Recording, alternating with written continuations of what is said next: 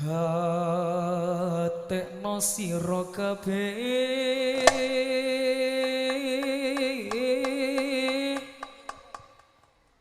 rikala jamane Nabi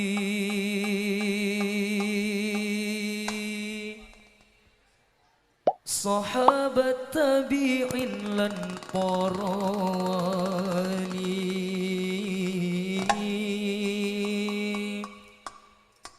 iku nglanggengake ngaji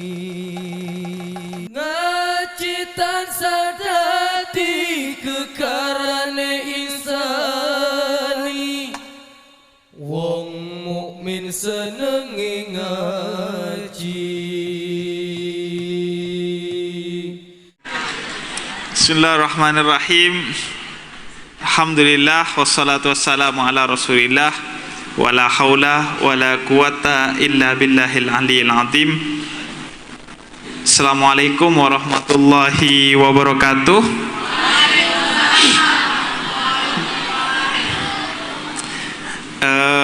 Sengaja saya mau mengawali dengan bacaan hamdalah, dan mungkin nanti ada beberapa bacaan ayat juga yang saya bacakan sebagian untuk tetap memastikan bahwa walaupun penampilannya tidak meyakinkan, begini-begini saya itu seorang Habib. Iya. Cuman saya ini Habib swasta. Jadi kalau Habib yang negeri itu pakai sorban, pakai jubah, fasih. Nah, kalau saya yang bagian swasta. Tadi saya bingung ketika kesini. Saya biasanya kemana-mana kalau ceramah pakai celana. Tapi karena ini ke pesantren, apa saya pakai sarung aja. Tapi identitas saya tetap pakai celana. Makanya akhirnya saya memilih untuk pakai celana sarung agar gak bingung.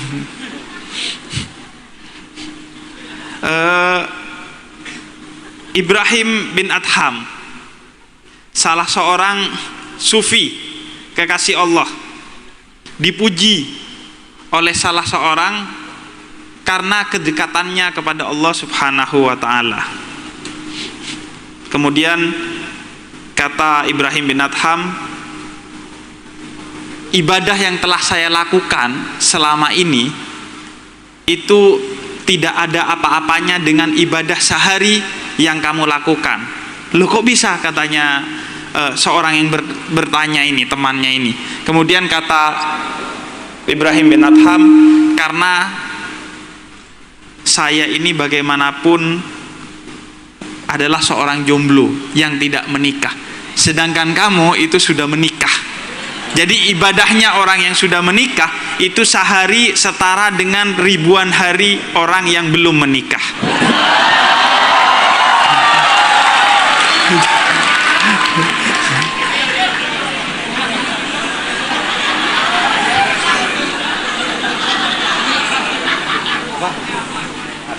Itu spesial ceramah untuk yang di belakang saya, bukan yang di depan.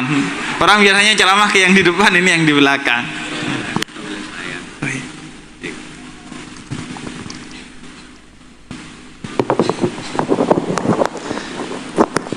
Nah, oke. Nah, kalau gini kelihatan Habib milenialnya nih. Jadi pernah ada di daerah Madura itu ada mic yang putus-putus, kemudian diganti sama MC-nya, dikasih mic yang pakai bluetooth, gak ada kabelnya. Terus kata kiainya, yang ada kabelnya aja putus-putus, apalagi gak ada kabelnya.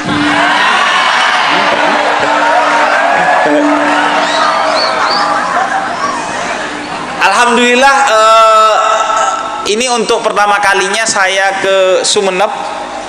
Padahal nenek saya itu asli Sumeneb.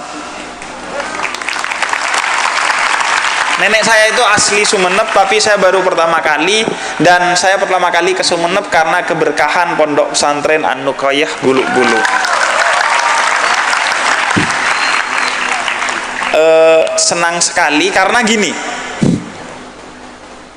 pertemuan pertama saya dengan pesantren An-Nuqoyah Gulu-Gulu dibuat terpesona karena dalam pertemuan pertama ini, yang pertama saya berhasil membuktikan bahwa yang bisa punya pentas megah, yang bisa punya lighting yang bagus, yang bisa punya videotron yang keren, dan bahkan video dan kamera yang bisa terbang, tadi ada kamera yang bisa terbang itu alias drone, itu bukan hanya acara dangdut. Ternyata acara ceramah agama bisa sebagus, sekeren, dan semewah ini.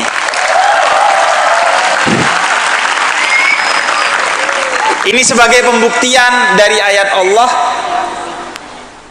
idza ja'al haq wa dhahaqal batil. Cara mengusir kebatilan itu gampang saja. Kebatilan itu seperti kegelapan, nyatanya gak ada. Cara mengusirnya gampang, gak usah diusir. Nyalakan cahaya, maka kegelapan itu akan pergi dengan sendirinya. Jadi cara mengusir cewek-cewek yang joget di TikTok gak jelas itu,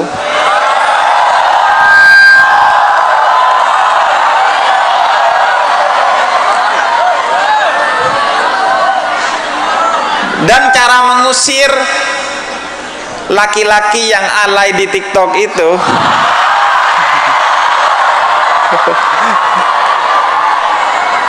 tidak perlu dimarah-marahin, biar santri tetap terlihat moderat, tidak galak. Caranya dengan santri hadir di media sosial untuk menghadirkan cahaya berupa ceramah-ceramah agama. Jadi konsepnya jelas, idza ja'al haq wa dhahaqal batil. Kebatilan itu gak perlu diusir, tinggal kita menampakkan cahaya Islam, maka dengan sendirinya kegelapan kejahiliaan itu akan pergi dengan sendirinya. Makanya saya kan terlihat gak punya potongan untuk jadi wali kutub, Kiai. Saya ini gak punya potongan untuk jadi wali kutub, makanya saya memilih untuk jadi wali YouTube saja. Jadi wali itu satu akar kata dengan wilayah. Wali itu artinya orang yang memegang wilayah secara batin. Sunan Kudus memimpin Kudus secara batin. Kemudian para kanjeng sunan di daerahnya masing-masing memimpin secara batin daerah itu. Habib Idrus Al-Jufri memimpin secara batin kota Palu. Para habaib semua itu, kalau ada habaib atau kiai di suatu wilayah, biasanya dia pergi ke wilayah lain agar bisa memimpin wilayah itu secara batin. Kalau memimpinnya secara lahir namanya wali kota. Iya, wali kota Sumeneb, wali kota A, B, C. Kalau memimpinnya secara batin disebutnya wali kutub, karena mereka memiliki wilayah. Nah, kalau pemimpin secara digital itu namanya wali YouTube. Artinya orang-orang yang menjaga YouTube, TikTok, dan media sosial lainnya agar tetap dihiasi oleh cahaya-cahaya Allah dan Rasulnya. Jadi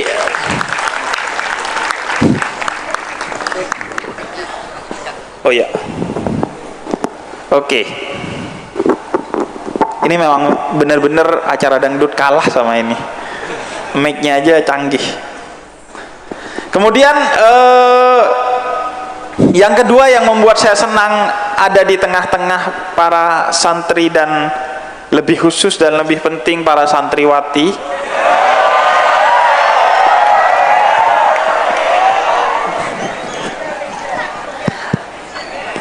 adalah karena undangan utama pada malam hari ini adalah Nabi Muhammad Sallallahu Alaihi Wasallam. Makanya tadi ketika mahallul qiyam kita berdiri. Kenapa? Karena kanjeng Nabi datang ke tengah-tengah kita. Dalam kitab Mukasyafatul Qulub karya Imam Ghazali itu diceritakan ada satu malaikat yang memimpin 70.000 malaikat, tapi sayapnya patah. Diceritakan kepada Jibril oleh malaikat yang sayapnya patah itu bahwa sayapnya patah karena ketika Isra Mi'raj Nabi Muhammad lewat dan dia tetap di singgasananya, tidak berdiri, maka dihukum oleh Allah dengan dipatahkan sayapnya karena dia tidak berdiri ketika Nabi Muhammad lewat. Karena itu kita diajarkan ketika Nabi Muhammad datang, meskipun secara batin dalam mahallul qiyam kita berdiri sebagai bentuk penghormatan kepada Nabi Muhammad sallallahu alaihi wasallam. Dan karena itu maka insya Allah gulu-gulu Sumeneb, Madura dan Indonesia bahkan secara umum akan baik-baik saja karena apa yang dilakukan kita pada malam hari ini. Karena kata Al-Quran, wa ma kana Allah liyu'adzibahum wa anta fihim. Allah tidak akan memberikan azab kepada suatu kaum yang kaum itu di tengah-tengahnya hadir Nabi Muhammad sallallahu alaihi wasallam. Semua menjadi mulia karena Nabi Muhammad sallallahu alaihi wasallam. Laulaka ma khuliqal aflak. Kalau bukan karena Nabi Muhammad tidak diciptakan segala sesuatu ini. Wa anzalna ilaikal kitaba bil haqqi musaddiqan lima baina yadayhi minal kitab. Al-Qur'an menjadi mulia karena kitabnya Nabi Muhammad. Innama yuridullahu liyuthiba ankumur rijsa ahlal bait wa yutahhirakum tathira. Keluarganya Nabi Muhammad menjadi keluarga paling mulia karena dia adalah keluarganya Nabi Muhammad. Kuntum khaira ummatin ukhrijat linnas ta'muruna bil ma'ruf wa tanhauna 'anil munkar. Umat Islam menjadi umat termulia karena dia umatnya Nabi Muhammad. Semua menjadi mulia karena kalau menempel kepada Nabi Muhammad. Sendalnya Nabi Muhammad menjadi mulia. Makanya ada gambar sendal di atas kopiah kita. Karena sendal itu pernah ketemu Allah subhanahu wa ta'ala ketika Nabi Muhammad Mi'raj dan menjadi mulia karena dipakai oleh Nabi Muhammad. Karena dipakai oleh Nabi Muhammad maka sendal itu pernah ketemu Allah. Karena Nabi ketika Mi'raj tidak disuruh membuka sandalnya, sedangkan Nabi Musa ketika bertemu dengan Allah di Bukit Tua diminta untuk melepaskan sandalnya. Sendal menjadi mulia karena Nabi Muhammad. Maka insya Allah hari ini kita menjadi mulia karena acara ini mengundang Nabi Muhammad sallallahu alaihi wasallam. Nah, jadi karena itu senang lantaran Nabi Muhammad hadir pada kesempatan kali ini. Kemudian yang ketiga, senang karena kita masih memegang tradisi yang sangat mulia tentang bagaimana seorang pemimpin. Tadi disampaikan bahwa Al-Mukarram Kiai Nagib dipilih meskipun beliau pengennya enggak. Nah, ini tradisi yang sudah jarang di tempat lain. Di tempat lain orang mencari kursi kepemimpinan itu berebut, bukan hanya memimpin. Nah, ini apa ini? Naksir ya, Beb, itu Beb. Naksir Anda. Naksir iya. ya. Ini diselawatin pergi nih. Jadi saya kalau di bandara tuh, kalau sholat berjamaah di musolanya, itu yang mau jadi imam pada berebut jadi imam sholat. Padahal dulu ketika saya kecil, kalau mau jadi imam itu dorong-dorongan karena semua merasa rendah hati tidak pantas untuk menjadi imam. Sedangkan sekarang semua orang berebut jadi pemimpin. Padahal ketika Khalifah Umar bin Abdul Aziz dipilih menjadi pemimpin, beliau mengatakan inna lillahi wa inna ilaihi rajiun, bukan alhamdulillah. karena beratnya amanah menjadi seorang pemimpin. Nah, karena itu ada pelajaran penting yang kita dapatkan malam hari ini dari pengasuh pesantren An-Nuqayyah, bahwa menjadi pemimpin itu bukan perkara yang mudah. Karena itu kalau tidak memiliki kemampuannya, jangan sok-sokan untuk jadi pemimpin. Pilihlah justru orang-orang yang kita merasa rendah untuk menjadi pemimpin, tidak mampu. Itu tradisi yang baik yang harus kita pertahankan, yaitu kerendahan hati di tengah masyarakat. Nah, kemudian pada kesempatan kali ini tadi kita menghadirkan para santri dan santriwati yang berprestasi. Saya rasa semua santri dan santriwati Pondok Pesantren An-Nuqayyah Gulu-Gulu ini itu berprestasi.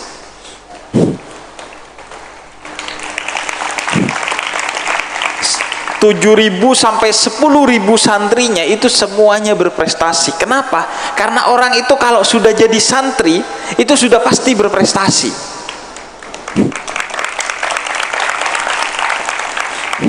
Karena santri itu beda dengan murid-murid pada umumnya. Santri itu bukan hanya belajar untuk menjadi pintar, tapi belajar untuk menjadi pribadi yang berakhlak dengan mulia. Menjadi pribadi yang berakhlak yang mulia. Sebagaimana tadi disampaikan oleh Kiai Fikri, kita ini gak mau cetak cuman orang pinter. Buat apa orang pinter? Makhluk yang pertama kali cerdas itu adalah iblis. Dia cerdas. Berapa banyak orang yang pinter tapi menghancurkan dirinya sendiri dan orang lain dengan kepintarannya. Maka santri tidak hanya dididik untuk menjadi pribadi yang pinter, utamanya menjadi pribadi yang berakhlakul karimah, berakhlak yang mulia. Karena kategori orang yang mulia di dalam Al-Quran bukan orang yang pinter saja, tapi orang yang berakhlak karena kepintarannya. Makanya Allah katakan di dalam Al-Quran, ya ayyuhalladzina amanu lima takuluna mala taf'alun. Wahai orang-orang yang beriman, mengapa kamu ngomongin sesuatu yang tidak kamu lakukan? Bukan mala ta'lamun, bukan ngomongin sesuatu yang kamu tidak ketahui. Meskipun kamu tahu, tapi kalau kamu tidak menerapkannya dalam bentuk akhlak yang agung, maka itu bukan ilmu, kata Al-Quran. Meskipun kamu punya ilmu banyak, tapi kamu tidak menjalankannya, Al-Quran katakan bahwa itu seperti keledai yang di atasnya membawa kitab-kitab. Mathalul ladzina hummilut taurata summa lam yahmiluha kamathalil himar yahmilul asfara. Makanya juga di dalam Al-Quran dikatakan fas'alu ahlad dzikir in kuntum la ta'lamun. Kalau kamu tidak mengetahui, bertanyalah kepada ahli zikir. Kenapa ahli zikir? Kok bukan ahli fikir? Kenapa Allah tidak mengatakan fas'alu ahlal fikir in kuntum la ta'lamun, tapi ahli zikir? Karena kalau cuma ahli berpikir itu gak cukup, kata Al-Quran. Al-Quran menginginkan kita menjadi pribadi yang bukan hanya ahli berpikir, tapi juga ahli berzikir. Kalau cuma ahli fikir, banyak. Berapa banyak orang yang dihancurkan karena pikiran-pikirannya yang cerdas justru, kalau tidak diimbangi oleh hati yang penuh dengan zikir. Karena itu santri diajarkan bukan hanya cerdas dalam berpikir, tapi juga cerdas dalam berakhlakul karimah, dalam berakhlak yang mulia. Masuk tadi dari sana, santri sudah berakhlak dengan agung, menundukkan kepalanya. Dan saya yakin bukan hanya kepalanya, isi kepalanya dan hatinya juga menunduk ketika kiainya lewat. Saya tiap ngepost itu, saya beberapa kali tuh ngepost pas saya lewat di beberapa pesantren, santri-santrinya nunduk. Saya tiap post itu selalu viral. Kenapa? Karena itu luar biasa. Kita menganggap biasa saja karena kita masih di sini, masih di pesantren. Nanti kalau kamu keluar, kamu akan mendapatkan orang itu begitu bejatnya di luar sana, sehingga kamu mengetahui bahwa begitu spesialnya diri kamu. Kamu menganggap tidak spesial, biasa aja, kiai lewat kita nunduk biasa aja.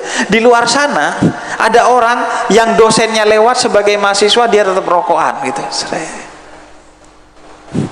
Maka apakah ilmu akan diterima oleh dia dengan begitu? Enggak. Makanya kita diajarkan sebelum baca kitab dari para ulama, kita apa? Kita bacakan Fatihah kepada ulama tersebut. Kenapa? Karena kita yakin bahwa ilmu itu bukan hanya bisa ditransfer dengan membaca, tapi ditransfer dengan kita mengambil keberkahan dari si pemberi ilmu itu dengan membacakan Fatihah kepada si pemberi ilmu itu. Kalau kita kurang ajar kepada si pemberi ilmu, entah itu guru, penulis, ulama, kiai dan lain sebagainya, maka kita tidak akan benar-benar mendapatkan ilmu itu. Hafal mungkin, tapi tidak akan pernah ilmu itu bermanfaat bagi kita, apalagi bagi orang lain. Gak akan bermanfaat kalau kita tidak diikuti akhlak yang agung. Karena itu buat yang santriwati atau buat yang santri, kalau nanti memilih pasangan, nomor satu itu akhlak. Walaupun ganteng atau cantik, walaupun pinter, walaupun kaya, walaupun jabatannya tinggi, tapi kalau gak punya akhlak, percuma. Cantik paling dilihat 3 bulan enak gitu, tapi kalau kelakuannya gak punya akhlak, enak kita ngelihatnya. Makanya akhlak itu nomor satu. Nomor dua, kalau memilih pasangan nanti mau menikah, jangan lupa cek FYP TikToknya. Karena kenapa?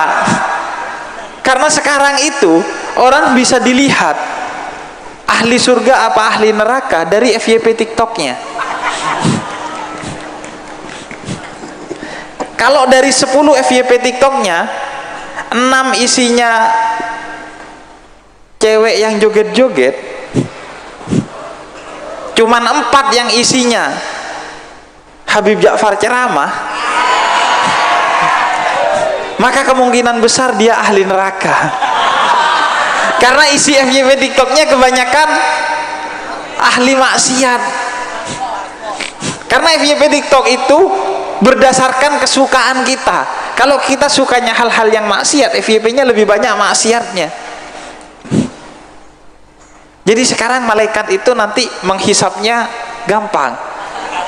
Jadi di akhirat itu nanti malaikat tinggal minta HP-nya mana, buka TikToknya, seret, oh neraka, oh surga gitu. Yang repot kalau imbang maksiat sama ketaatannya imbang 5-5, repot malaikat tuh.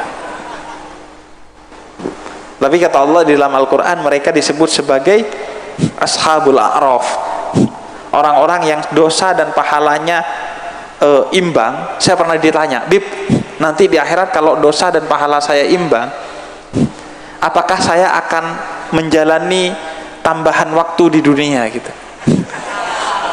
extra time di dunia?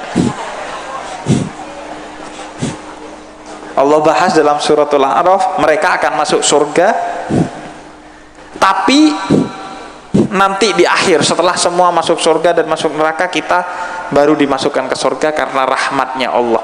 Begitu kata Allah dalam suratul A'raf. Jadi siksaannya adalah karena nunggu, capek nunggu gitu. Karena al-intidhar nisful adab, kata orang Arab, menunggu itu adalah sebagian dari siksaan.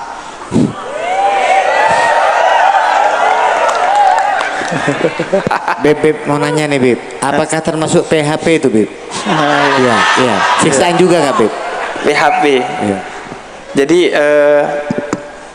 pergi tanpa kepastian, nggak segera menjawab pinangan, itu nisful adab, setengah dari siksaan. Nah, jadi karena itu tadi saya ketika ngelihat live YouTube-nya di channel YouTube-nya An-Nuqoyah, itu banyak sekali alumni yang wah rindu An-Nuqoyah, wah rindu An-Nuqoyah. Saya tahu mereka bohong tuh.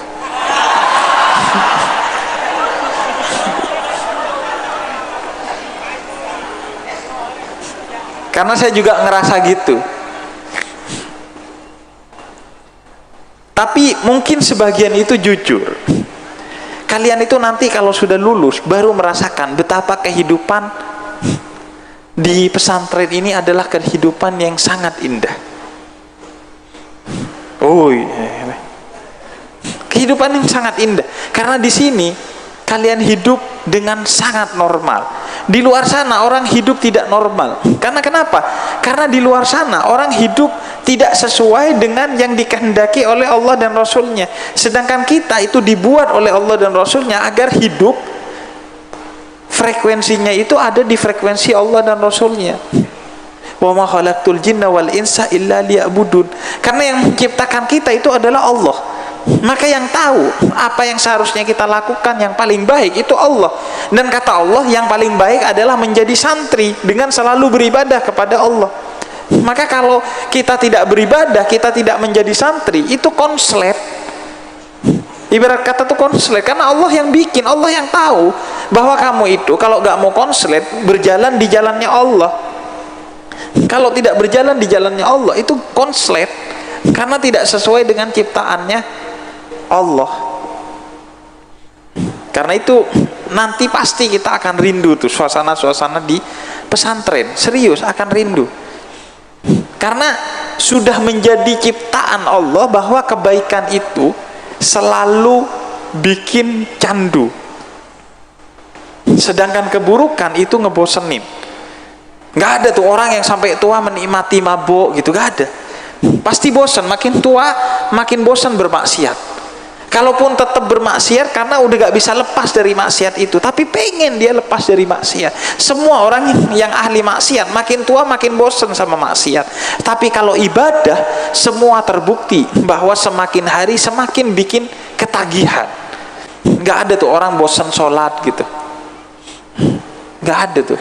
Orang yang ibadah pasti semakin ketagihan, karena semakin hari semakin tahu nikmatnya ibadah kepada Allah Subhanahu wa ta'ala.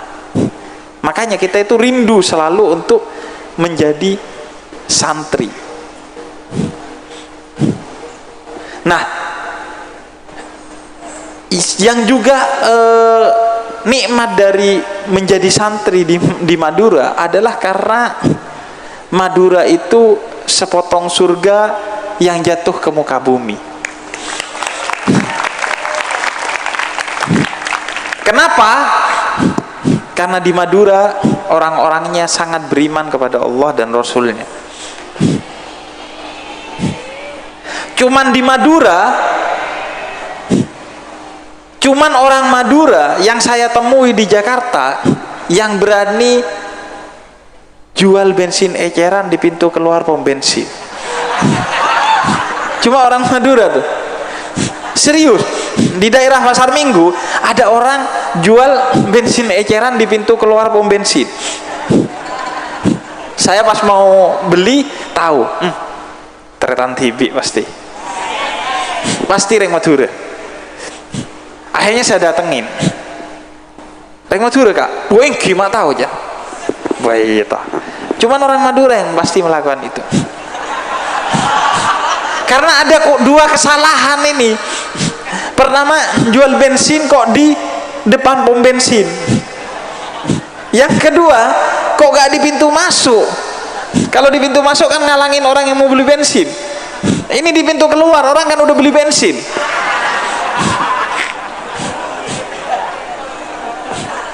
Saya bilang tuh, kak, sampean nikah salah dukale Kak. Terus kata dia, saya kira semua Habib itu beriman kepada Allah. Kenapa? Karena kata dia, recekena bule bi recekena sendi pom bensin pon yator bi Gusti Allah. Tadi tahu saya kebeter jan pon yator bi Gusti Allah. Tadi tahu saya kebeter. Dan akhirnya dia itu 3 anaknya sarjana dari hasil jual bensin eceran di pintu keluar pom bensin. Karena kenapa?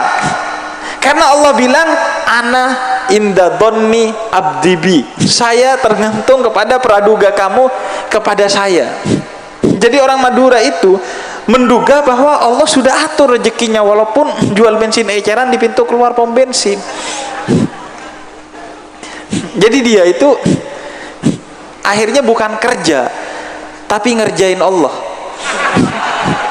Jadi Allah yang kerja untuk dia. Akhirnya Allah bikinin skema agar bensin ecerannya itu laku.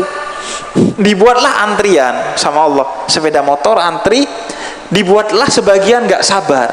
Akhirnya ngelihat bensin eceran, dia beli bensin eceran di pintu keluar bensin. Jadi Allah yang akhirnya ngatur. Kenapa? Karena ana inda dhanni abdibi, saya itu tergantung kepada pradugamu kepada saya. Jadi duga-dugalah yang baik untuk Allah, jangan suuzon kepada Allah. Corona 2 tahun baik, kemudian enggak, semua keburukan yang menimpa kepada kita, dugalah bahwa itu kebaikan yang tertunda, kebaikan dalam wajah yang berbeda. Cuma orang Madura yang kalau jual sate di Jakarta itu satenya paling enak nomor 2 di dunia. Saya tanya, kok nomor 2 bukan nomor 1? Iya, saya tanya, kok nomor 2 Cak? Kok bukan nomor 1? Loh gimana sih, yang nomor 1 hanya Allah Ta'ala. Jadi Allah itu kan seneng ya digitukan, dirayu gitu, seneng Allah. Makanya satenya laku walaupun gak enak. Karena Allah kadung seneng. Karena yang beli adalah Allah akhirnya, melalui makhluk-makhluknya suruh beli. Karena kata Allah di dalam Al-Quran, intan surullah yansurukum. Kalau kamu bikin senang Allah, bantu Allah, sebarkan nilai-nilai yang Allah ajarkan, maka Allah akan bantu urusan kamu. Jadi enak tuh. Saya banyak belajar dari orang Madura.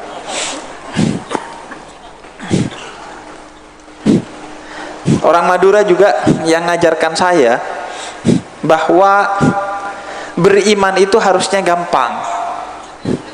Ini saya dikasih tahu oleh tukang cukur. Kalau di Jakarta itu banyaknya orang Madura selain orang Garut. Nah, salah satu tukang cukur orang Madura, dia cerita, sebenarnya orang itu kok bisa gak beriman kepada Allah, padahal kepada tukang cukur aja dia beriman. Iya enggak? Kamu beriman nggak ke tukang cukur? Kamu kenal tukang cukur yang kamu cukur? Kadang nggak kenal kan? Kalaupun nggak saya kenal, Bib, saya sudah kebiasaan ke tukang cukur itu. Emang kamu pernah psikotes dia, tes psikologi? Dia sakit apa enggak jiwanya? Enggak kan?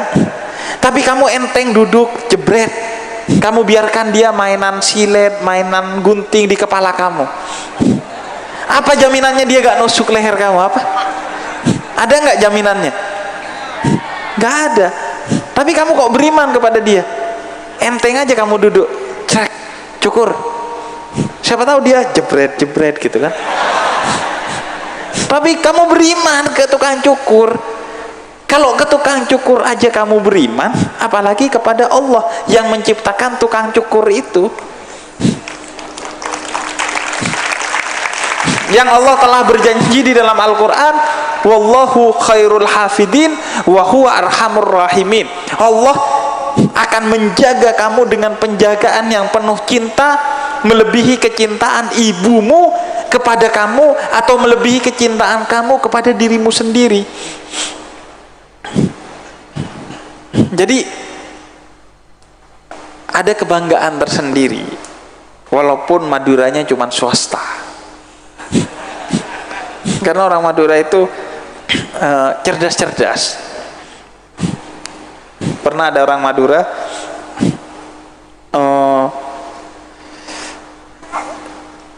dia itu divonis oleh dokter nggak boleh makan daging karena kolesterol, kecuali daging dari hewan yang tertentu. Contohnya ikan, yang nggak boleh itu daging kambing, daging sapi. Terus kata dia, maksudnya daging yang nggak boleh itu apa aja dokter? Dokternya bingung. Akhirnya kata dokter, gini aja pak, kamu nggak boleh makan daging dari hewan yang nggak bisa berenang. Maksudnya yang boleh cuman daging hewan yang bisa berenang, maksudnya ikan. Oh siap dokter. Akhirnya dia pulang. Beberapa hari dokternya lari pagi di depan rumahnya orang Madura ini. Dia iseng berhenti. Bapak ada? Oh ada di belakang. Di belakang rumahnya ada kolam renang. Akhirnya ngapain bapak? Dilihat oleh dokter itu dia sedang ngajari kambing berenang.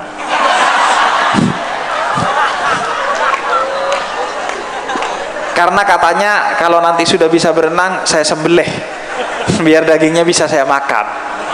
Padahal gak gitu konsepnya maksudnya. Tapi kan cerdas tuh. Orang yang cerdas begitu. Jadi selalu ada cara untuk ngakalin sesuatu gitu. Jadi karena itu penting bagi kita sebelum belajar ke barat, sebelum belajar ke timur, sebelum belajar ke Arab, sebelum belajar ke Amerika, ke Eropa, sebelum belajar ke Jawa, sebelum belajar kemana-mana, belajarlah ke dalam dirimu sendiri. Karena Allah bersemayam di dalam dirimu. Kata para sufi, man arafa nafsah faqad arafa rabbah. Tuhan berada di dalam dirimu. Siapa yang mengenali dirinya, maka dia akan mengenali Tuhannya. Sebelum kamu belajar kemana-mana, belajarlah kepada dirimu sendiri sebagai orang Madura. Ambillah pelajaran dari dirimu sebagai orang Madura. Apa kearifan-kearifan dari orang Madura yang harus kamu jadikan bekal sebagai ilmu untuk kamu pegang dan sebarkan di luar sana ketika kamu nanti hijrah keluar Madura. Pelajari apa? Contohnya carok. Iya carok ya. Apa makna carok? Kalau menurut saya carok itu bagus. Kenapa? Karena carok itu sinonim dari kata jihad menurut saya. Sebagaimana jihad, carok itu bukan hanya berarti bertengkar, tapi melakukan berbagai daya dan upaya untuk mempertahankan harga diri kita sebagai manusia, sebagai warga negara, sebagai muslim, dan sebagai pribadi. Maka dari itu, sebagaimana jihad di dalam Al-Quran, yang ada jihad iktisadi, jihad ekonomi, membangun ekonomi, jihad tarbawi, membangun pendidikan. Ada berbagai bentuk jihad di dalam Al-Quran. Carok juga begitu. Ada carok iktisadi, berupaya keras untuk membangun perekonomian umat. Ada carok tarbawi, berupaya keras untuk membangun pendidikan. Ada berbagai jenis carok. Carok intinya adalah kamu melakukan berbagai daya dan upaya sepenuhnya untuk memberikan manfaat kepada orang lain, karena khairun nas anfa'uhum linnas. Sebaik-baiknya manusia adalah yang bermanfaat bagi orang lain. Jadi pelajari itu. Apa dari pelajaran orang Madura kamu pelajari? Di antaranya pelajaran lain, saya kemarin ketika ke Pamekasan itu lewat di beberapa rumah sakit, termasuk di Bondowoso, di kampung saya, reng Madura, mun kesakean nang marsake pas nyambi teker, nyambi kopi, nyambi nasi pas akhir bu, seolah-olah wisata. Iya enggak? Orang Madura, ini kan duka ya, kesedihan, ada keluarga kita yang sakit, mau ke rumah sakit bawa mobil, yang ditanya, yuk teker tak cecer yuk, bawa kopi, bawa rokok, bawa nasi, bawa cemilan, terus pas diampar di depan kamar pasien yang sakit, pas kok rokokan, iya enggak? Kenapa? Karena kata Rumi, kata Jalaluddin Rumi, seorang kekasih Allah, seorang sufi yang tersohor, ia katakan bahwa sejatinya duka itu tidak ada. Duka itu gak ada kalau kita berada di jalan Allah. Kalau kita berada di jalan Allah, jangankan sakit, mati aja itu bukan duka, itu sukacita, karena kita akan bertemu dengan zat yang maha cinta, yang kita rindukan untuk bertemu. Apalagi cuman sakit, apa artinya sakit? Nggak takut kita sakit.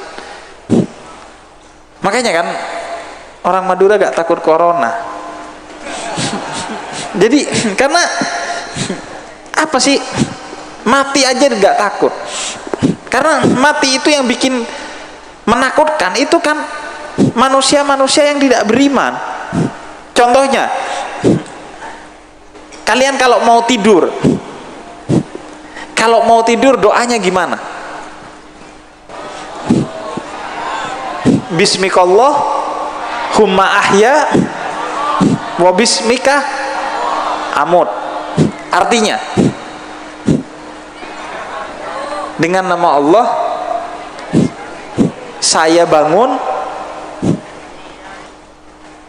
dan yang membangunkan saya, dan yang mematikan. Padahal mau tidur kok mematikan. Ayo mie telebet. Iya, mie telebet ongku. Ada teman saya dulu di pesantren, kalau mau tidur itu mandi, sampoan, cuci muka, pakai sabun badan, pakai deodoran, pakaian rapi, pakai parfum, tidur. Sama. Kenapa saya tanya? Mie telebet kan? Mie tenoro. Terus dengan kamu berdandan, kenapa? Nah, kalau saya berdandan, insya Allah malaikat sengkah. Kalau berdandan, malaikat gak enak yang mau nyabut. Masa rapi mati? Orang Islam kan kalau mati gak rapi biasanya. Yang matinya rapi kan biasanya orang non Islam ya, yang pakai jas. Makanya dia selalu gitu. Tapi kenapa doa mau tidur kok dikatakan tidur itu sama dengan mati? Karena dalam Al-Quran Allah katakan orang yang tidur itu nyawanya dipegang oleh Allah melalui para malaikatnya. Kalau dia masih panjang umur, dilepas paginya. Kalau dia santri, dilepasnya jam 4 subuh.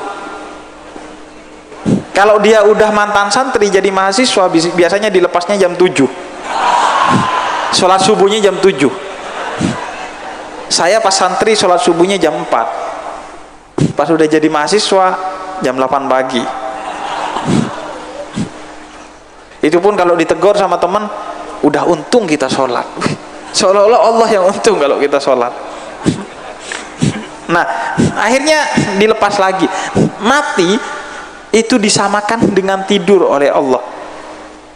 Maka pelajarannya, kalau tidur saja kamu selalu pengen, selalu rindu, dan selalu menikmati tidur, maka seharusnya begitu juga dengan sakit dan mati. Jangan pernah takut, karena sejatinya ia indah dan nikmat sebagaimana tidur. Nah, makanya orang Madura kalau kesakitan itu ngampar tikar. minum kopi, rokokan. Jadi nggak pernah khawatir. Karena yang khawatir hanya kalau kita mati dalam keadaan tidak di jalannya Allah Subhanahu wa ta'ala. Itu mungkin Kiai. Atau kita bahas apa lagi nih? Baik, itu Biar Kiai Faizi ada ininya juga. ini belum datang, lupa kopinya, Bib. Oh, kopinya Dengan belum cerita datang. kopi barusan jadi ingat kopi ini dan ternyata tidak ada kopinya. Iya. Jadi sementara difoto kopi dulu dan terus ya teman-teman difoto kopinya dikirim ke sini pakai WA jadi biar kelihatan foto Di-download. kopi ya. Iya, nanti kita download. Ini yang menjadi masalah begini, Bib. Santri sudah tahu begitu ya tentang bagaimana himmah menjadi santri semangat. Tapi yang sering jadi masalah itu tidur di kelas itu, Bib. Ada cara-cara tips mungkin. Soalnya pernah dulu begini, ada kejadian seorang santri dia kan kerja nyablon, Bib. Nyablon. Pas bulan puasa dia masuk kantor tapi tidur. Duh, kamu kok nggak masuk kantor tapi tidur? Ya puasa itu kan sudah pahala. Tidurnya orang puasa saja pahala. Jadi tidur di tempat kerja pahala 2 kali katanya. Oh. Dalam keadaan berpuasa. Iya, makanya tidurnya orang berpuasa itu sudah pahala. Kerjanya orang puasa ya berpahala. Tidur di tempat kerja berpahala 2 kali. Itu orang Madura juga yang gitu. Tapi ini masalahnya santri tidur di kelas. Ini serius dah. Ini persoalan yang sangat serius. Setelah ACT ini persoalan santri itu gimana caranya agar tidak suka tidur di kelas? Ini mungkin Habib punya tips gimana caranya. Tadi kan sudah macam-macam ya. Itu kan yang fundamental, eksistensial. Tadi itu ini yang ringan-ringan receh-receh saja, Habib ya. Oke. Kita butuh masukan Gimana atau pendapat dari Habib yang kira-kira supaya santri tidak tidur pagi. Barangkali ada. Oke. Agar santri tidak tidur ketika dia sedang belajar, gimana caranya? Pertama, makanya di antara sunnah Nabi Muhammad itu adalah tidur sebentar saat siang hari kan. Saat siang itu disunnahkan tidur. Jadi santri yang tidur di kelas sebenarnya itu menjalankan sunnah Nabi. Gitu. Oh ya. Betul. Itu koilulah ya. Iya. Kalau tidurnya 1 jam koilulah gitu ya.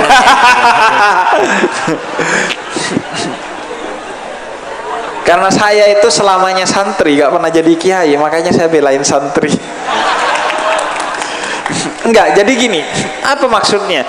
Maksudnya jangan sampai kamu kurang tidur. Kalau kamu udah kurang tidur, maka kamu akan mengambil jatah bangunmu untuk tidur.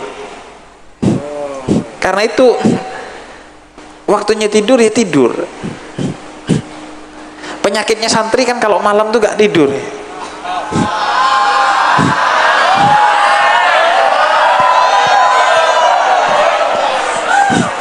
Kalau malam gak tidur, dia ngapain? Dia namanya overthinking.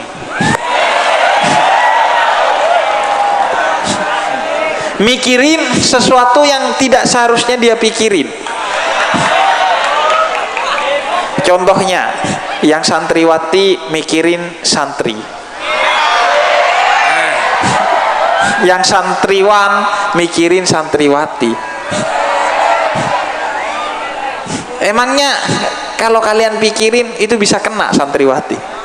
Nggak bisa. Dibudul, Bib. Apa? Dibudul. Dibudul? Iya. Diapain? Dibacain anu itu. Oh, dibacain. Gak kira dikasih. Kalau belum waktunya gak kira dikasih. Kalau kalian masih jadi santri, mau kalian tahajud sampai jungkir balik, gak kira dikasih sama Allah. Gak kira dikasih. Mau kalian pakai dukun, pakai santet, gak kira dikasih. Gak kira dikasih sama Allah. Karena kerja kalian belum selesai sebagai santri. Jadi tenanglah. Jodoh itu di tangan Allah kan.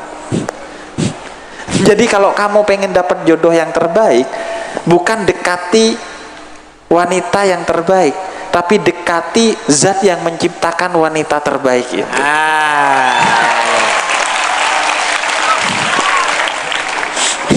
Kamu tahu kamera mungkin bisa dimatikan biar istri saya gak GR. Kamu tahu istri saya itu sudah pasti cantik.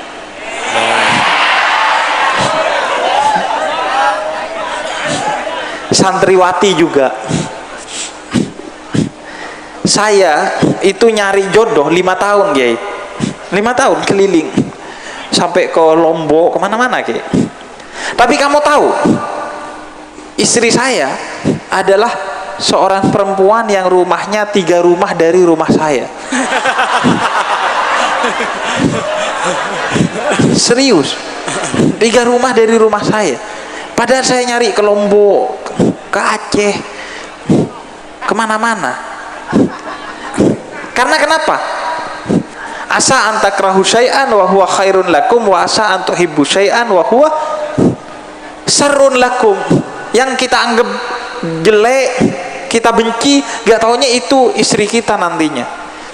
Berapa banyak orang yang pacaran 7 tahun tapi menikahi perempuan yang baru ditemuinnya 2 bulan.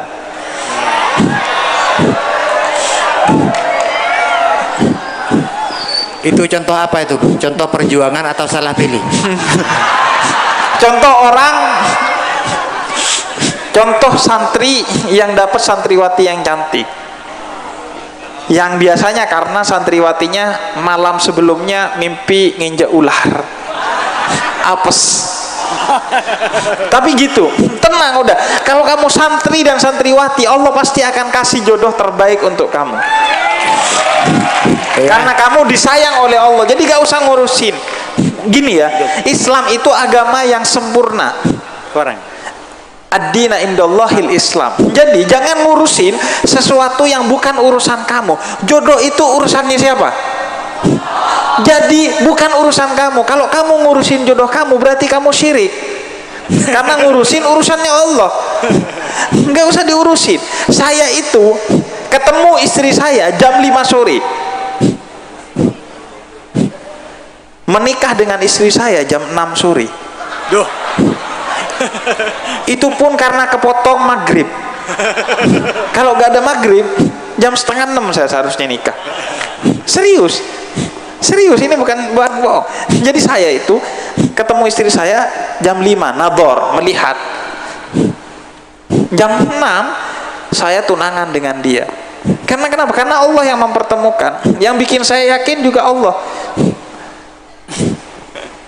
Yang bikin istri saya gak yakin juga Allah. Gak yakin sama saya. Tapi Allah yang meyakinkan. Saya itu gak lihat wajah istri saya. Karena istri saya itu, saya duduk, kemudian istri saya yang bawakan teh. Berapa menit tuh, cuman berapa detik sih, kemudian dia pergi. Gak di screenshot? Enggak, saya enggak saya buffering juga. Yang saya lihat itu cuman sepatunya. Jadi saya gak lihat mukanya, tapi gak tahu Allah beri yakin menikah. Jadi jadi gitu. Yang bukan urusan kamu jangan kamu urus. Udah fokus jadi santri, gak usah overthinking. Nanti kerja apa, jodohnya siapa, itu biarkan Allah yang ngurus. Intan surullah yansurukum. Siapa yang menjadi santri, menjadi kiai, berdakwah di jalan Allah, maka dia berarti telah menolong Allah. Dan siapa yang menolong Allah, maka Allah akan urus semua urusannya dengan terbaik. Jadi gak usah khawatir. Semua santri pasti akan dapatkan yang terbaik. Semua santriwati juga pasti akan dapat yang terbaik. Gak usah khawatir, itu pasti Allah yang ngatur. Jadi tidur cukup, jangan overthinking. Nanti santri itu kerjanya jadi apa sih kalau udah selesai jadi santri? Loh, gampang itu. Allah yang nyiapin sudah. Saya santri, saya lebih parah. Saya santri, setelah jadi santri saya belajar filsafat. Filsafat itu jurusan yang istilahnya madesu, masa depan suram. Karena gak tahu kerjanya jadi apa. S2 saya tafsir Quran, mau kerja apa? Gak ada kerjaannya. Semua sekolah saya itu gak ada yang kerjaan. Tapi akhirnya Jadi YouTuber. Iya. Jadi YouTuber dan kaya raya. AdSense saya gak diambil, saya gak pakai AdSense. Karena tanpa AdSense saja sudah kaya. Apalagi pakai AdSense. Jadi tenang, Allah pokoknya, Allah yang ngatur tuh. Jadi pokoknya fokus aja nolongin Allah. Jadi santri, baca kitab, belajar bahasa Arab, menghafal Al-Quran dan lain sebagainya. Biarkan selain itu urusannya Allah yang ngaturin. Allah tuh yang nyariin jodoh dan lain sebagainya. Nyari jodoh kok di Instagram? Nyari jodoh itu di sepertiga malam.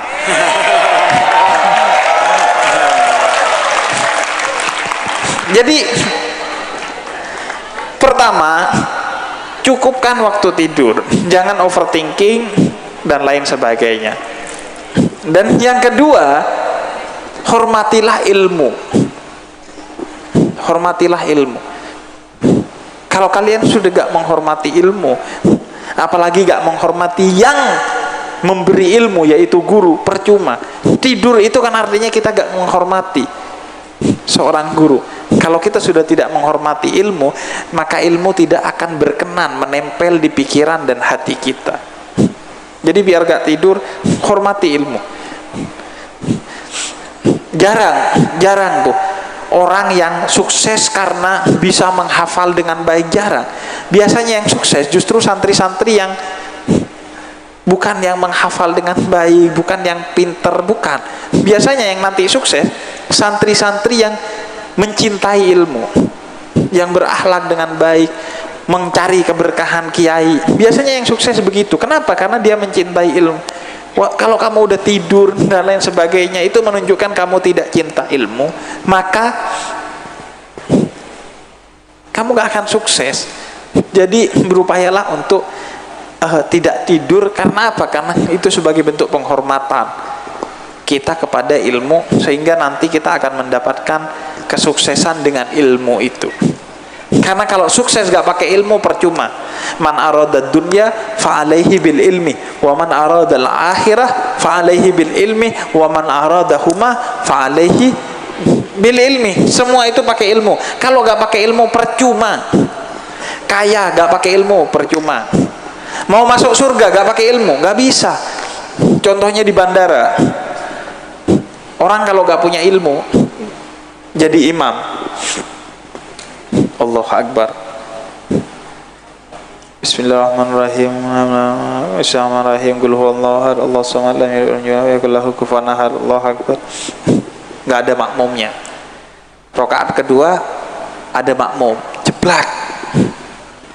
Bismillahirrahmanirrahim, Alif Lam Mim, Dzalikal kitab. Baca surat yang panjang karena ada makmum. Sujudnya ke Allah, pencitraannya ke makhluk. Tapi kalau orang yang punya ilmu, dia tahu kisah dari sahabat Nabi Mu'ad bin Jabal yang ditegur oleh Nabi. Wahai Mu'ad, kalau kamu jadi imam, baca surat yang pendek, karena takutnya ada makmum kamu yang ngantuk, yang gak kuat berdiri panjang, yang kolesterol, yang rematik, lain sebagainya. Kalau kamu sholat sendiri, bacalah surat yang panjang, karena itu pertemuanmu dengan Allah yang maha cinta. Jadi harus punya ilmu. Kalau gak punya ilmu, dunia dan akhirat gak akan pernah didapat. Ibadah gak pakai ilmu gimana? Gak bisa. Semuanya pakai ilmu. Makanya karena kita punya ilmu, makanya kita memilih menjadi seorang ahlus sunnah wal jamaah. Kenapa? Karena jadi aswaja itu enak. Gak perlu jadi ahlus sunnahnya, yang penting jadi jamaahnya. Yang jadi ahlus sunnahnya biar Kiai Faizi dan para kiai lainnya. Kita jadi jamaahnya aja. Ibarat kata naik bis, kita tinggal duduk. Yang nyetir dan yang ngernekin biarin Kiai Faizi dan para kiai lain. Pasti dibawa ke tempat yang benar tuh. Itulah makna ahlus sunnah wal jamaah. Jadi kita tinggal pegangan kepada sarungnya para kiai dan para habaib, yang para kiai dan para habaib itu pegangan ke sarungnya Nabi Muhammad sallallahu alaihi wasallam. Jadi kita masuk surga bukan karena amal kita. Gimana mau masuk surga sholat subuh jam 7? Kita masuk surga insya Allah karena keberkahannya para kiai, para habaib yang mendapat keberkahan dari tetesan keberkahan Nabi Muhammad sallallahu alaihi wasallam. Masuk surga jalur orang dalam, jalur syafaat Nabi Muhammad sallallahu alaihi wasallam. Dan jangan lupa juga milikilah amalan-amalan kecil untuk mengetuk pintu syafaat Nabi Muhammad. Milikilah amalan kecil. Diriwayatkan bahwa Nabi Daud pernah berdoa kepada Allah, ya Allah, tunjukkan ahli surga itu siapa. Esok hari Nabi Daud ke pasar, ketemu dengan seorang tukang kayu. Kata Allah, wahai Daud, itulah ahli surga. Penasaran, didatengin. Tukang kayu, boleh nggak saya main ke rumah kamu? Boleh. Dibawalah putranya Nabi Allah Sulaiman, dibawa ke rumahnya tukang kayu. Nyampe rumah tukang kayu, dikasih roti. Satu Nabi Sulaiman, satu Nabi Daud, satu dia. Apa yang spesial dari tukang kayu ini? Kok bisa jadi ahli surga? Ternyata sebelum makan, dia berdoa kepada Allah. Ya Allah, makanan ini datang ke depan saya karena kerja dari banyak makhlukmu. Ada cacing yang memberikan vitamin ketika gandum ini masih menjadi tumbuhan. Ada petani yang telah bersusah payah. Ada air yang mengairi, ada pupuk, ada segala hal. Maka sampaikan terima kasihku kepada semuanya. Ya Allah, ya Tuhan, kami yang menyebabkan makanan ini nikmat saya makan karena karunia kesehatan yang kau berikan kepadaku. Kalau saya sakit, niscaya akan hambar semua rasa roti ini. Ya Allah, ya Tuhan kami, aku bersyukur atas semua kenikmatan ini. Baru dia makan. Itulah yang menyebabkan dia menjadi ahli sorga. Kalau mau makan, doa dulu. Remeh-temeh, tapi yang remeh-temeh itu di mata manusia justru agung di mata Allah. Dia masuk surga karena selalu berdoa dengan baik setiap mau makan. Sekarang pertanyaannya, kita gitu enggak? Kita udah doanya cuman bismillah, itu pun buntung. Bismillah, gak pakai ar-Rahman dan Rahim. Bismillah, jebret. Kadang peleter, makan dulu baru baca bismillah. Makan Bismillahirrahmanirrahim gitu. Iya kan? Gimana mau masuk surga? Milikilah amalan yang kecil tapi istiqomah. Ada seorang sahabat Nabi 3 kali masuk masjidnya Nabi selalu bilang dia ahli surga. Diselidiki oleh sahabat Usamah bin Zaid. Kenapa dia ahli surga? Ternyata setiap mau tidur memaafkan semua orang yang salah kepada dia. Nggak pernah tidur dalam keadaan dendam. Jadi milikilah amalan-amalan kecil untuk kita masuk surga, termasuk untuk mendapatkan surga dunia, mendapatkan jodoh yang baik, pekerjaan yang baik, semuanya milikilah amalan-amalan kecil. Jadi kira-kira begitu, Kiai. Ya. Biar gak tidur tuh. Ya baik, terima kasih Habib Ja'far, Habib Hussein Ja'far Al-Haddar telah memberikan pelajaran Satri. Ini masih ada injury time, masih ada perpanjangan waktu karena kita sudah 45 menit kali 2. Istirahat 15 menit. Gimana Mas, masih ada waktu sedikit lagi, minta tips satu lagi, masih lanjut ya? Ya ini menarik karena tadi pembahasan masalah jodoh. Ingat ya, kalau sudah jodoh nggak bakal kemana-mana, tapi ingat saingan ada di mana-mana. Dan juga kalau nggak kemana-mana nggak dapat jodoh. Itu dia, Jakarta dekat, KUA yang jauh. Ini sedikit lagi, Beb. Sekarang kita akan generasinya berapa? 4.0, 5.0, gratis, generasi milenial dan segala macam. Yang hampir semuanya kita sudah hidup dalam alam apa ya? Dulu alam Jabarut, alam Malakut, sekarang ada alam metaverse. Metaverse itu alam imajinasi yang kita barangkali akan tinggal di situ. Kita bayar ini tapi tidak ada uangnya, beli ini tidak ada barangnya, transaksi ini dan itu tidak ada. Ada orang punya perusahaan mobil paling banyak dan gak ada mobilnya, gak ada garasinya. Grab. Tuh. Punya perusahaan ojek yang seluruh dunia sangat lengkap sekali di Indonesia, tidak ada sepeda motornya, garasinya di rumah masing-masing. Itu sekarang jadi kita menghadapi dunia metaverse seperti itu, pada dasarnya akan seperti itu. Barangkali kita akan hidup tinggal di pondok pesantren yang tidak ada bangunannya, tidak ada apanya, tapi nggak tahu lah, itu bisa saja terjadi. Pada tahun 2011 dulu saya pernah menulis cerita tentang kehidupan seorang santri yang ketika kiainya mulang itu pakai Zoom. Itu sebelum, jadi sekarang kita bikin Zoom segala macam itu sudah saya tulis 10 tahun yang lalu. Lah iya, onggo apa aja. Anda baca, carilah. Suatu pagi di pondok Tufahul Ulum, saya bikin cerita begitu. Tufahul Ulum, maaf Bib, Tufah itu ini Bib, maaf. Nah ini Tufah, ini kan ada gambar apanya. Jadi Tufah ya itu Tufahul Ulum itu. Ini Tufah tapi cerokah. Iya. Nah, di masa sekarang santri pasti punya masalah dengan media sosial. Ini tadi Habib cerita, beliau itu punya channel YouTube banyak, dan apakah semuanya atau sebagian saya nggak tahu. Tidak diambil AdSense-nya, jadi tidak dimonetisasi. Cetak kalak pesena. Padahal saya kalak banyak sara itu, banyak sara karena jutaan ya, ada yang ratusan ribu, banyak sekali. Ada Cahaya apa? Untuk Indonesia. Cahaya untuk Indonesia, terus Majelis apa itu? Lucu Indonesia, Majelis Lucu Indonesia MLI ya. Terus kalau Pemuda Tersesat itu masih ada, Pemuda Tersesat belum upload lagi masih. Iya. Soalnya makin diupload seharusnya makin berkurang, kok malah makin banyak yang tersesat. Oh iya. Jadi kita tobat aja dah.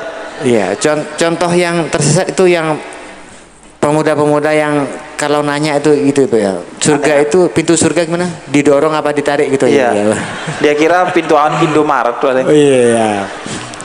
Ini itu luar biasa ya. Jadi AdSense-nya memang nggak diambil oleh Habib ini. Terus ada sebetulnya banyak cerita-cerita lucu Habib ini, karena beliau ini sudah banyak sekali gara-gara ceramah-ceramah Habib yang begitu-begitu meladeni orang-orang yang pertanyaannya ngaco-ngaco gitu. Ada yang nanya mau kurban cetah kayak apa segala macam itu. Itu banyak yang masuk Islam gara-gara pertanyaan-pertanyaan seperti itu ya, tentunya karena hati Allah terutama. Banyak sekali. Ya gak tahu, beliau itu kan sering sekali diundang Deddy Corbuzier, sering sekali saya lihat di YouTube-nya itu. Bahkan mungkin yang artis-artis perempuan juga sering. Iya. Berkah ilmu akhirnya saya ketemu sama Cinta Laura. Aduh. Ini gimana? Boleh lah diajak podcast di sini mungkin. Iya. Iya. Ya ini kan SHH Habib, Santri Haus Hiburan. Ya ini gimana kira-kira menurut Habib, santri-santri yang kelihatannya seperti ini madesu nggak Bib? Enggak ya, enggak madesu ya, cerah sekali. Enggak, kalau santri itu enggak ada yang madesu. Santri itu pasti sukses, dan suksesnya dunia akhirat asalkan kita serius. Tips ini Bib, tips gimana caranya santri di dunia digital ini, cara memperlakukan media sosial. Ini kan, ini nanti kalau pulang kan. Ini yang sering bikin jaringan macet itu kan, saya nelpon tadi susah ya. Ini kalau pulang Bib, macet Bib, karena pakai handphone semua ini. Wah jaringannya itu langsung stres itu. Iya. BTS stres. Aduh liburan lagi, susah itu. Jadi gimana kira-kira, mungkin ada tips Habib untuk mereka? Tips pertama adalah agar kita sukses di dunia digital sebagai santri ataupun sebagai kiai, yang pertama dan utama adalah punya pulsa buat wifi. Jangan sampai kita kiai tapi wifi-nya pakai tethering orang lain. Aduh ya itu saya Bib, ini Bib. Ini kok langsung kena ke saya ini Bib.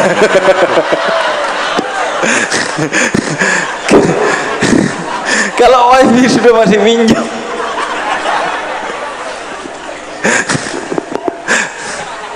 itu bukan generasi milenial, itu generasi kolonial itu.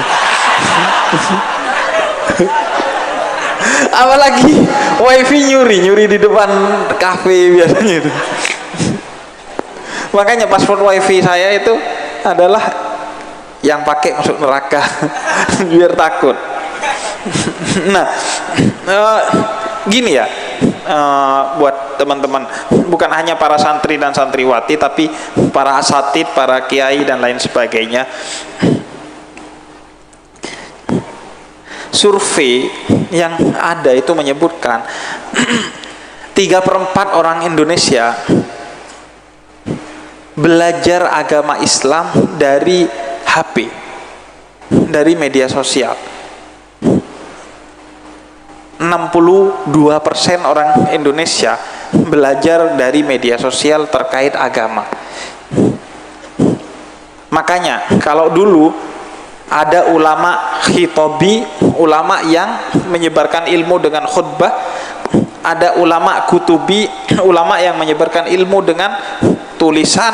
Sekarang itu ada ulama jenis ketiga, yaitu ulama kutubi, ulama YouTubi, ulama yang menyebarkan ilmu dengan YouTube. Jadi kita itu harus hadir di media digital. Kenapa? Karena jumlah orang-orang yang menyebarkan benar-benar ilmu Islam yang penuh cinta di media digital itu 3 kali lipat lebih sedikit dari orang-orang yang menyebarkan ilmu Islam tanpa pernah dia nyantri, gak punya ilmu Islam dan ngajarin Islam yang aneh-aneh, yang keras-keras, yang gak jelas sumbernya. Karena itu santriwati harus hadir di media digital untuk memberikan pengajaran Islam, karena kita yang ngerti Islam dengan baik. Harus kita tuh yang di depan. Jangan sampai yang populer adalah orang yang nggak punya ilmu Islam. Jadi kita harus ngajarkan. Kenapa? Karena ngajarin Islam di media digital itu mudah, murah, dan efektif. Ini saya ceramah di sini, gini ya. Ini berapa ribu tadi? 7 ribuan yang hadir. Katakanlah sama warga dan lain sebagainya 10 ribu. Pertama, tidak mudah. Kalian tahu saya kesini. Saya itu tadi pagi jam 10 masih ada di Padang. Padang itu beribu-ribu kilometer dari sini. Naik pesawat 2 kali, saya ke Jakarta dulu, baru ke Surabaya. Nih, dari Padang, dari Bukit Tinggi saya naik mobil 5 jam ke Padang, bandara. Dari bandara saya terbang ke Jakarta, gak ada yang ke Surabaya. Terus saya terbang lagi ke Surabaya, terus saya naik mobil 5 jam nyampe Sumeneb. Gak tidur, bahkan gak makan, karena dikejar waktu tadi. Tapi kan langsung 2 kali makannya barusan, Bib. Nah, langsung diganti makan 2 kali. Takhir, makannya jamaah takhir. Iya, jamaah takhir. Tapi dikosor juga karena nasinya sedikit, separuh. Dikosor. Bukan cuma jamaah tapi kosor. Jamaah kosor takhir itu. Udah kosor, jamaah takhir lagi. Iya, soalnya kata Kiai Fauzi jangan banyak-banyak nasinya, Bib, nanti makan lagi soalnya di sana. Jadi habis ini makan lagi, Bib, ya.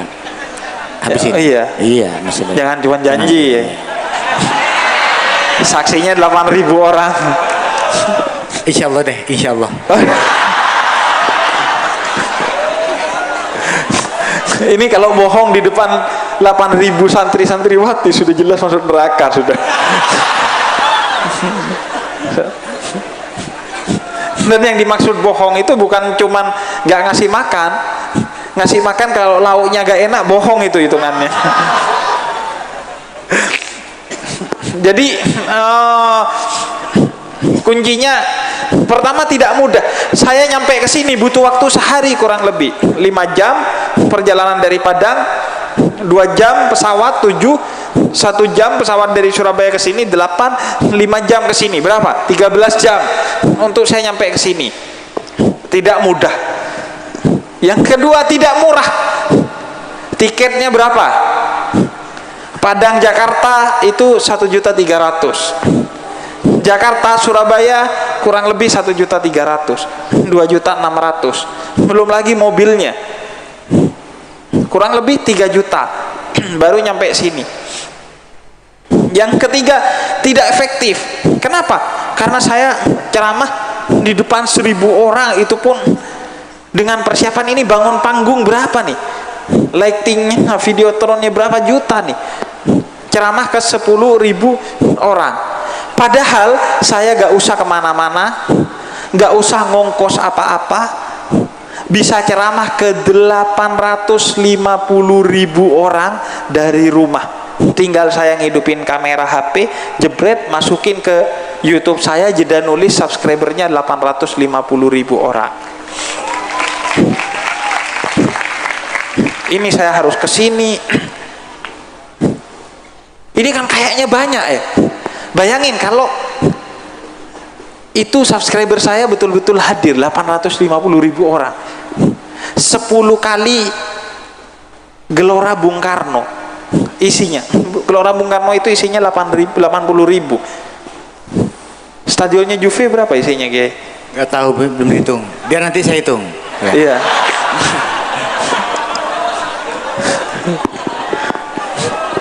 Jadi 850.000.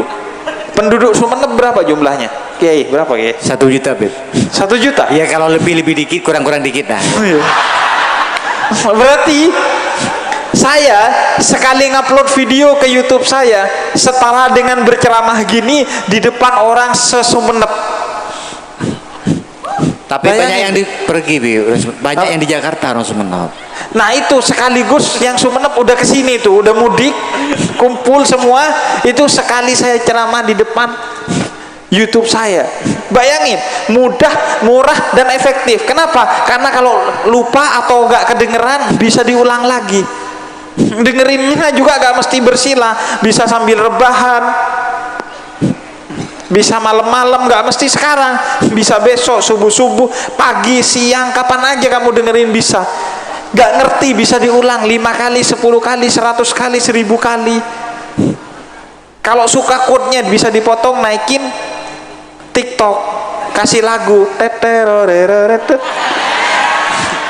enak. Kalau ini, kalau quote saya telat di video, nggak bisa masuk TikTok. Makanya nanti ketika kalian sudah bisa bikin dakwah melalui digital, berdakwalah melalui digital, agar yang berisi, yang mengisi dakwah-dakwah digital itu kalian yang memang orang-orang punya ilmu dan punya kapasitas untuk bicara agama Islam. Jangan sampai orang-orang nggak jelas, nggak pernah belajar Islam, gelarnya teknik sipil, bicara agama Islam. Makanya mudah, murah, dan efektif dakwah digital. Gimana caranya? Lakukan. Nggak penting ada yang nonton, walaupun nggak ditonton oleh manusia, yang penting ditonton oleh Allah Ta'ala. Selesai itu. Saya ketika bikin YouTube nggak penting yang mau nonton berapa, nggak penting. Pokoknya saya bikin YouTube untuk dakwah. Selesai. Akhirnya Allah yang membuat penonton saya banyak, ketemu Cinta Laura dan lain sebagainya. Nah itu Allah yang ngatur. Kebaikan. Duitnya juga banyak. Anda tahu, 1 bulan satu channel saya, channel Pemuda Tersesat, 1 bulan berapa itu kalau dihidupkan AdSense-nya?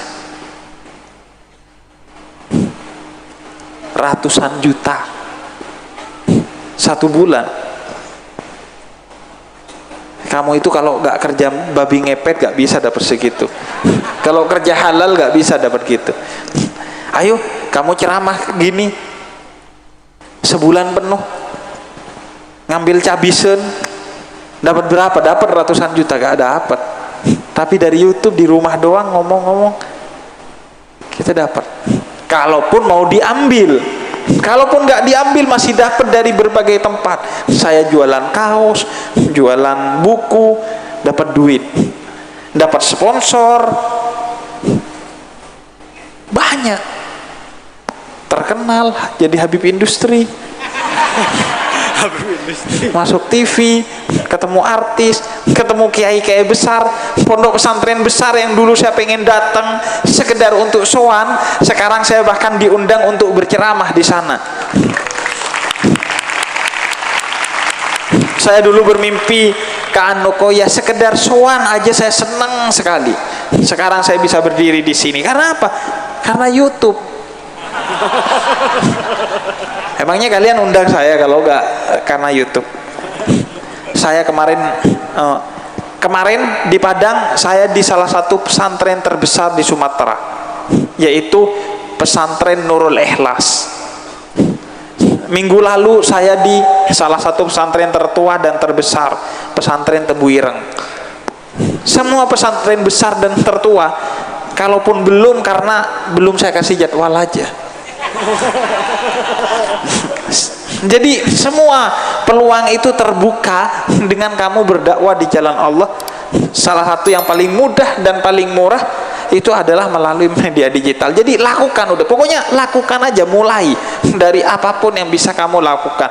Sukses gak sukses gak jadi urusan kamu. Wa ma 'alar rasul illal bala. Tugas Rasul aja hanya menyampaikan. Kalau kamu ikut syukur, gak ikut kufur. Gak ada tuh Rasul targetnya harus yang Islam sekian, gak ada. Malah Rasul ditegur oleh Allah, la ikraha fiddin, wahai Nabi, jangan kamu sedih kalau mereka gak masuk Islam, karena tidak ada paksaan dalam agama. Kalau Allah mau, bisa dibikin semua orang Islam. Allah bikin Islam itu menjadi hal-hal yang sifatnya takwini. Apa maksudnya? Kalau gak masuk Islam lapar, kalau gak sholat lapar, bisa Allah bikin gitu. Tapi Allah gak bikin gitu. Jadi gak penting sukses apa enggak dakwah kamu, yang penting kamu dakwah dengan ikhlas. Nabi Nuh dakwah 950 tahun. Berapa pengikutnya Nabi Nuh? 80-an orang. Itu kalau TikTok gak bisa live. 80 gak bisa live. Kalau di Instagram gak centang biru itu. Tapi Nabi Nuh jadi nabi, walaupun pengikutnya cuma 80, walaupun dakwahnya 950 tahun, karena Allah tidak melihat dari hasil, tapi melihat dari proses yang tulus, maka hasilnya gak penting besar atau kecil.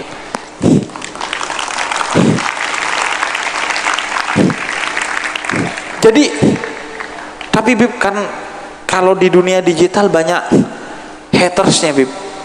Emang Nabi Muhammad gak ada hatersnya? Nabi Muhammad ada hatersnya. Nabi Muhammad dibilang apa? Di surat Al-Kautsar Nabi Muhammad dibilang apa? Mandul. Inna a'tainakal kautsar fasalli li rabbika wanhar inna sani'aka huwal abtar. Orang yang bilang kamu mandul wahai Muhammad, dialah yang mandul. Nabi Muhammad dibilang mandul, dibilang tukang sihir, dibilang tukang sulap, dilempar batu, dilempar kotoran, diancam dibunuh. Apa yang nggak pernah dilakukan oleh musuh-musuh Nabi Muhammad kepada Nabi Muhammad? Semuanya. Kalau haters kita cuma beraninya dijauh pakai mesin HP. Nabi Muhammad dilempar batu di Taif, dilempar kotoran ketika ibadah, tapi Nabi Muhammad tetap aja jalan, so must be go on. Dakwah tetap jalan. Jadi kita apa sih, bukan nabi, bukan rasul, apalagi ulul asmi, kok ada haters takut? Nggak usah takut, yang penting kita tetap berjalan di jalannya Allah. Karena siapa yang berjalan di jalannya Allah, maka dia adalah kekasihnya Allah. Dan siapa yang menjadi kekasihnya Allah, dia akan mendapati sifat la yakhaf wa la yahzan, tidak pernah takut karena selalu Allah menjaga dia, dan tidak pernah sedih karena selalu Allah menemani dia. Jadi paling enak jadi YouTuber itu YouTuber dakwah. Walaupun subscribernya sedikit gak apa-apa, yang penting pahalanya gede. AdSense-nya walaupun gak dari YouTube, dari Allah AdSense-nya. Berupa apa? Jodoh yang datang kurang dari 1 jam. Jam 5 ketemu, jam 6 nikah. Karena apa tuh? AdSense. Cuman dari Allah, bukan dari Mark Zuckerberg. Hidup saya baik-baik saja ya karena AdSense dari Allah, insya Allah. Jadi ayo deh melakukan sesuatu. Bib, tapi saya nggak punya kemampuan ngedit, cari temenmu yang punya kemampuan ngedit, ajak bekerja sama. Bib, saya ahlinya fikih, nggak ahli tasawuf, cari temanmu yang ahli tasawuf, gabung, bikin channel bersama. Pokoknya fastabikul khairat, berlomba-lomba dalam kebaikan, bekerja sama dalam kebaikan. Tapi Bib, video saya sudah ngupload 20 video, subscribernya tetap 100 doang, Bib. Wa tawasau bil haq wa tawasau bis sabr. Orang yang berada di jalan yang hak, yang benar, maka dia harus berada dalam kesabaran. Sabar dan kebenaran itu selalu beriringan. Jadi sabar aja. Pokoknya intan surullah yang surukum. Kalau kamu dakwah untuk Allah, Allah pasti akan balas dengan kebaikan. Jadi ayo dakwah di digital. Udah mau habis, kopinya baru datang. Dibungkus saja ya. Apa? Bungkus saja. Oh, bungkus saja kata Kiai Fauzi. Nah, jadi ayo kita berdakwah di jalan digital, agar yang ngisi ruang-ruang digital itu adalah kita yang punya ilmu, bukan mereka yang nggak punya ilmu, modalnya cuman kontroversi, sensasi, dan nafsu belaka. Kita harus hadir. Bib, malu Bib, kalau mereka yang nggak punya ilmu aja gak malu, kenapa kita jadi malu? Gak berani Bib, takut. Kalau mereka yang gak punya ilmu berani dan gak takut, kenapa kita tidak berani dan malah takut? Kalau bukan kita yang membantu agama Allah, kemudian siapa? Kalau bukan untuk berdakwah, terus buat apa ilmu agama yang ada pada kita? Jadi mudah, murah, efektif nge-YouTube. Begitu Kiai Faizi. Saya lihat, saya tadi curiga Kiai Faizi ini gak punya medsos, ternyata punya Instagram. Saya curiga Kiai Faizi punya TikTok. Terima kasih. Mari Bib, silakan kopinya Bib. Panas tapi Bib. Iya. Itu kopi jahanam, nah, panas. Kirain kopi jahe. Jahanam. Ya itulah ya, saya kira sudah cukup. Tapi ini nggak ada acara lagi kan habis ini Mas ya. Kita mengawali tahun 2022 ini dengan, ditelepon, semoga bukan panggilan dari Tuhan yang Maha Kuasa. Ada puisi ya? Mau baca puisi? Enggak, bukan. Ada satu puisi dari Joko Pinurbo. Jadi puisinya isinya gini. Karena Kiai Faizi biar nelpon dulu. Jadi ada puisi gini katanya. Ya Tuhan, HP-ku hilang dan aku tidak punya ya Tuhan, gempa menimpa daerahku, semuanya hancur, termasuk handphoneku, semua nomor hilang, yang tersisa hanya hubunganku denganmu. Dan payahnya nomor itu yang tidak pernah dipanggil oleh kamu. Semua nomor di handphone kita teleponin, tapi apakah kita pernah dalam tanda petik menelpon Allah? Lupa sholat biasa aja, lupa handphone deg-degan, gusar. Itu syirik khafi namanya, syirik yang lembut tuh. Kadang kita itu sibuk pakai handphone, tapi giliran sholat cepet, sholatnya kecepatannya 50 Mbps. Iya kan, sholat kita tuh 50 Mbps. Tahu orang Indonesia berapa jam sehari menghabiskan waktunya dengan handphone? Berapa? 24 jam katanya. Ya enggak lah. Berapa? 9 jam. 9 jam. Rata-rata orang Indonesia ngabisin waktunya dengan handphone. Bayangin tuh kalau isinya dakwah kan bagus tuh. Orang dulu zikir pakai tasbih, sekarang zikirnya pakai handphone. Sekarang yang smart, yang pinter handphonenya, yang alim juga handphonenya. Kadang yang punya handphone nggak sholat, handphonenya yang azan. Akhirnya yang masuk surga nanti handphonenya itu, bukan orangnya. Jadi yang ngasih syafaat handphonenya, dia masuk surga karena syafaat dari handphonenya.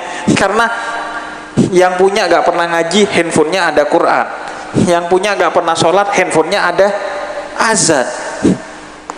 Jadi akhirnya masuk surganya itu karena syafaat dari handphonenya itu, karena handphonenya baik. Sudah Beb. Terserah kalau setelah saya cek kok ternyata pukul 12 ini. Saya pikir pukul 10 dari tadi Beb. Wah. Ternyata jamnya nggak jalan. Ya, karena bukan Android. Jadi rekan-rekan santri sekalian, barusan saya ditelepon ini, di miss call.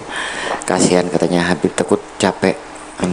Kita insya Allah Habib tidak bisa bermalam di sini karena langsung mau melanjutkan perjalanan. Saya bilang Habib tidak apa-apa, tidak bermalam, tapi pulangnya pukul 8 pagi. Sama aja. Iya. Kan nggak bermalam Habib, ngobrol terus. Oh, iya.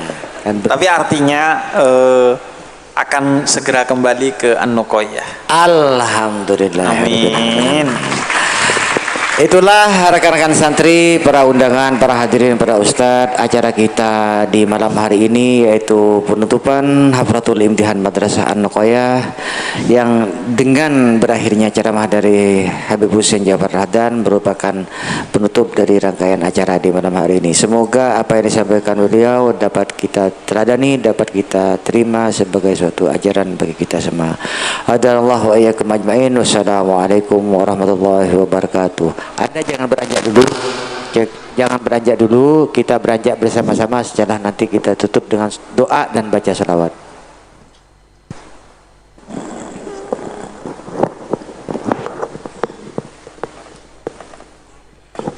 Selanjutnya pemberian kenang-kenangan kepada Habib Hussein Ja'far Al-Hadar yang dalam hal ini akan diserahkan langsung oleh Yang Mulia Kiai Muhammad Faizi.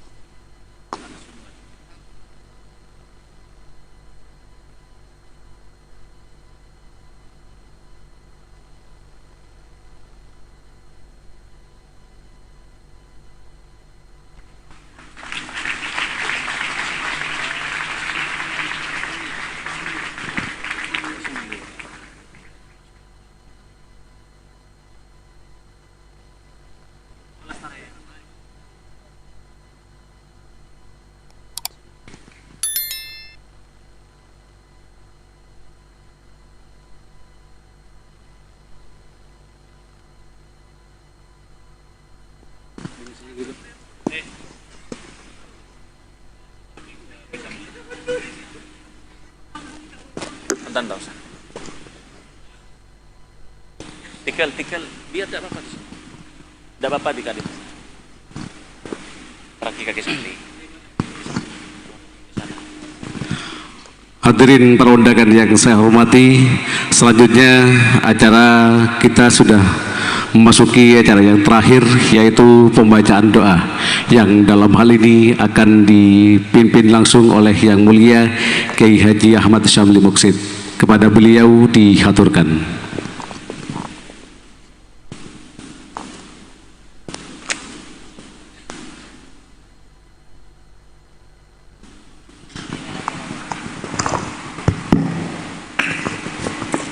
Al-Fatihah. Alhamdulillahirabbil alamin. Iyyaka na'budu wa iyyaka nasta'in. Shiratal ladzina an'amta 'alaihim ghairil maghdubi. Bismillahirrahmanirrahim.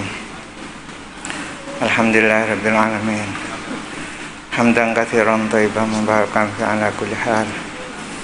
Hamdan yuafi ni'amahu yukafi majidah. Ya Rabbana lakal hamdu kama yanbaghi li jalali wajhikal karim wa 'azimi sultanik. Allahumma salli salam ala sayyidina Muhammadin salatan tunjina biha afat wa taqdilana biha jami'al hajat wa tutahhiruna biha min sayyi'at wa tarfa'na biha dakala darajat wa tuballighuna biha aqsal wayat min khairat fil hayati wa abadan. Allahumma nas'aluka mujibati rahmatika wa azaima maghfiratik wal ismata min kulli dhanbi was salamata min kulli ithmin wa ghanimata min kulli birri wal fawza bil jannah wan najata min naril afdal hisab.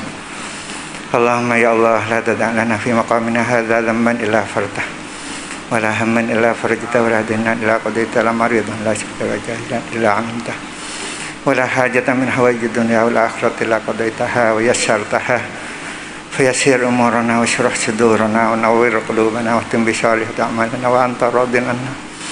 Allahumma rabbana qannina bima razaqtana wa barikna fi ma a'taytana wa rzuqna kullu lana minka bi khairin ya arhamar rahimin.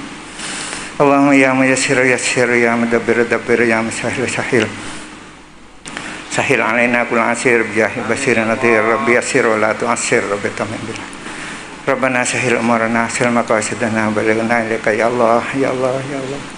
Rabbana ijma'na jam'an marhuma nas'aluka ni'matar rahman wa husnal khatimah. Amin. Rabbana la tuzigh qulubana ba'da idh hadaytana wa hab lana min ladunka rahmah innaka antal wahhab. Rabbana la tuzigh qulubana ba'da idh hadaytana wa hab lana min ladunka rahmah. Rabbana innana sami'na munadiyan yunadi lil imani an aminu bi rabbikum.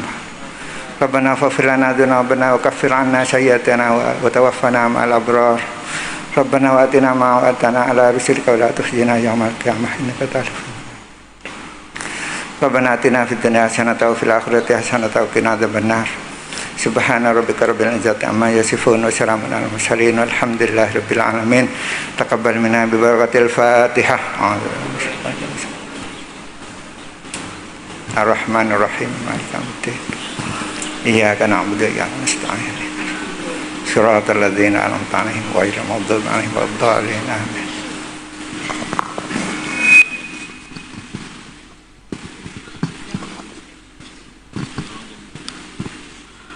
Hadirin para undangan yang saya hormati, demikian rangkaian acara Haflatul Imtihan Madrasah An-Nuqoyah tahun 2022 Pondok Pesantren Nuqoyah Gulu-Gulu Sumeneb pada malam hari ini bertepatan pada tanggal 6 Juli 2022. Alhamdulillah kita sudah memasuki akhir acara. Demikian dari saya sebagai pembawa acara. Mohon maaf atas segala kekurangan. Terima kasih atas segala perhatian. Wallahul muwaffiq ila aqwamit thoriq. Wassalamualaikum warahmatullahi wabarakatuh.